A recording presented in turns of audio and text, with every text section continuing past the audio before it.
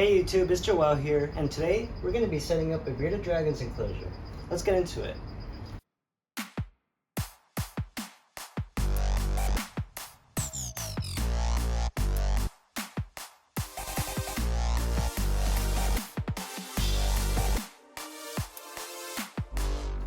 So this is his enclosure right now. As you can see, it's pretty boring looking. I've had it like this for a few months, but first we're going to remove everything and then clean the interior. During this whole process, I had Gary in his little outdoor enclosure area. As you can see here, he's just laying in the bush. But yeah, it's good for him to get some natural sunlight and more room to run every now and then. So here he is playing around.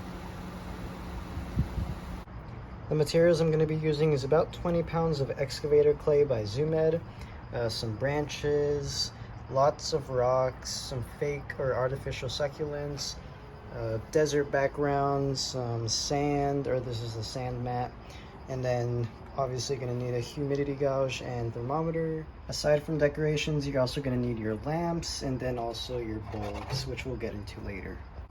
You're also going to want a heat resistant lid, and then I am also going to be using a heat mat at the bottom of the tank. This one is by Excavator, and as you can see, I'm going to have the right side of the tank be the hot side, so I'm going to have a thermal gradient going from left to right, and this is going to be the cool side so that he could go over here if he doesn't want to be super hot. But we're going to be talking about like the temperature and the thermal gradient and basking spots a little bit later when we set up the tank. But yeah, this is going to be what it looks like before adding decorations. So on top of the heat mat, I'm just going to add the sand mat, and this is just going to be an extra preventative to make sure there aren't any burns at the bottom. We're going to also use temperature guns to make sure that all the proper temperature requirements are met, and as well as thermometers. But yeah, we'll get into that a little bit later. So now I'm just establishing where I want my rocks to be.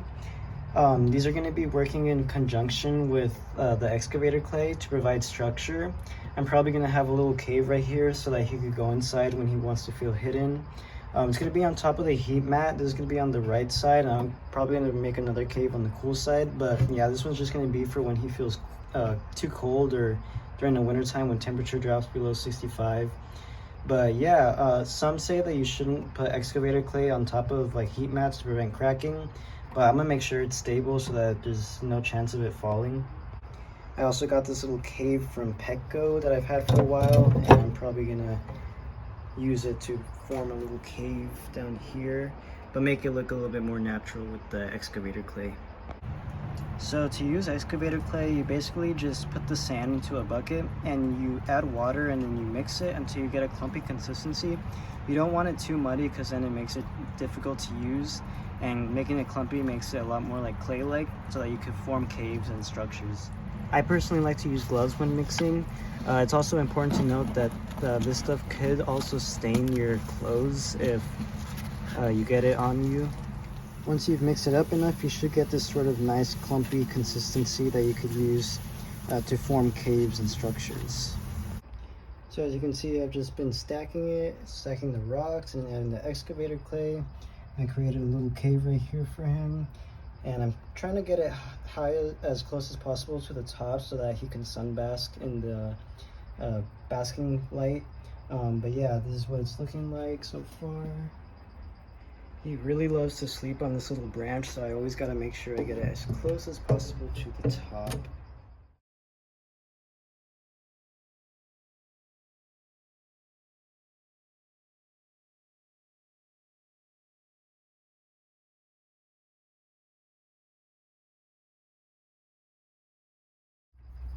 I like to use a spoon to smooth out the little cracks and make it less rough, and also to carve out little holes in the clay. Just for some more aesthetic and decoration, I'm putting some pebbles in the clay to make it look like it's leading up to the top of the hill.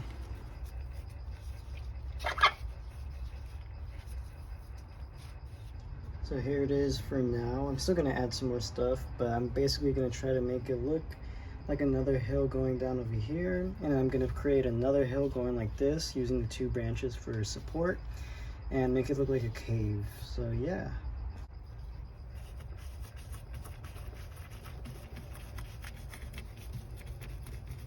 And then now that I got all the excavator clay done, I think it looks pretty nice. I'm going to add the substrate to the bottom, which is a mix of natural sand that I collected from a desert. So I made sure to leave this bag in the freezer and in the sun for over 24 hours just to make sure there aren't any unwanted parasites or pathogens. I'm also going to sprinkle some of the sand onto the excavator clay just to give it a little bit more texture.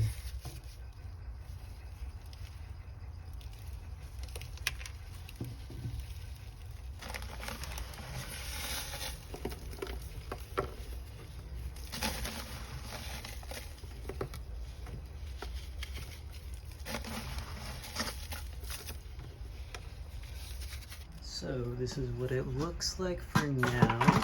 Got that cave, a little bit of hills. It's really hard to see with the reflection, but now I'm going to add a background so it doesn't look like bland in the background. But yeah, let's see how that turns out. So this is what it looks like for now. Pretty cool. The twigs blend in with the background, but it could still use some more natural decorations. Then I added Gary while the excavator clay was still wet just to see how he likes it, and it seemed like he enjoyed it. He was over here jumping around and exploring. Then I gave him some treats before I decided to add the decorations because I felt like this still looked a little bit bland. I then bought this Australian desert dragon habitat sand by a brand called Jurassic, which I decided to add on top of the substrate I already had. I really like the color of it because it was more of a reddish color. Also that it is ethically sourced from Australian deserts where bearded dragons are found. I also wanted to make sure to add multiple layers so that Gary could burrow if he wanted to, because that is part of their natural behavior. And I know what everybody's thinking when it comes to sand, that you should absolutely not use it. It poses a great risk for impaction. It could get into their eyes, it harbors bacteria, etc. And for most applications, I would agree, especially if you're a beginner reptile owner or have a sick beardy. In the wild, most beardies live on hard, rocky, weathered, and clay-like terrain. Every now and then you might find one in a more loose substrate, but that's not to say there is no risk. My main purpose is to offer Gary a new setting that is still natural to his native habitat. I've used everything from wood to carpets, newspaper, and tile, and I like to offer him more enrichment instead of being in the same environment all the time. To reduce the risk of any complications, especially impaction, I'm going to be feeding him in an extra large food bowl so that there's a lower chance of him getting any sand in his mouth.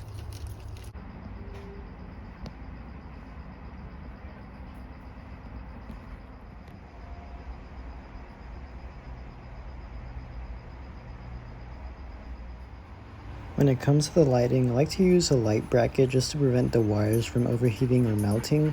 I use 2 heat emitters to raise the temperature for the basking spot, and then a basking light for UVA. And then for UVB, I'm using this ReptiSun 10.0. Ideally, you'd want to use a T5 bulb, but this is just what I'm using for now. And he's getting most of his UVB from the natural sunlight since I take him out pretty much every day. But yeah, this is what the lighting and overhead system looks like.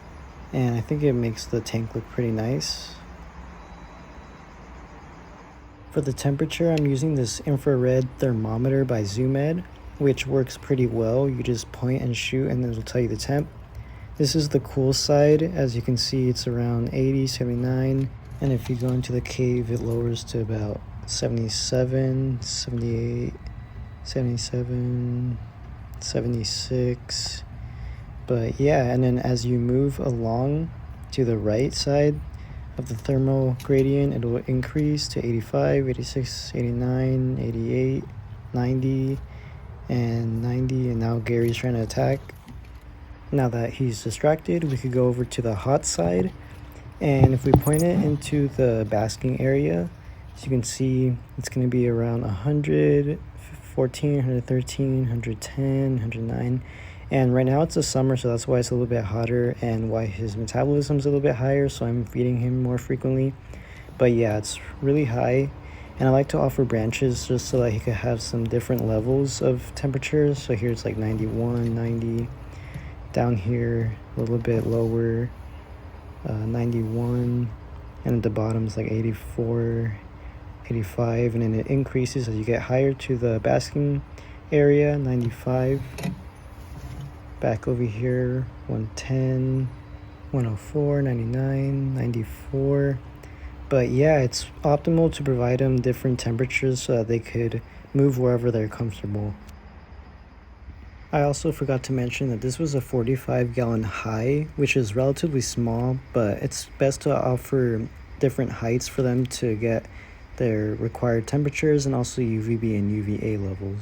When it comes to water bowls, I like to give him an extra large water bowl every now and then just for him to notice it and drink from it, but I found he rarely even uses it, so I don't like to keep it in 24/7 because it also just tends to increase the humidity levels unnecessarily high, and he gets most of his water from the insects, veggies, and the baths that I give him. Constant high humidity levels could lead to upper respiratory infections, which is something you don't want. But yeah guys, that is essentially Gary's naturalistic desert habitat using excavator clay. I'm sure many of you could probably mimic this to make it become bioactive and a lot larger. But yeah, if you like this video, found it inspiring, you want to see more, please make sure to like and subscribe, and I'll see you in the next one. Bye bye.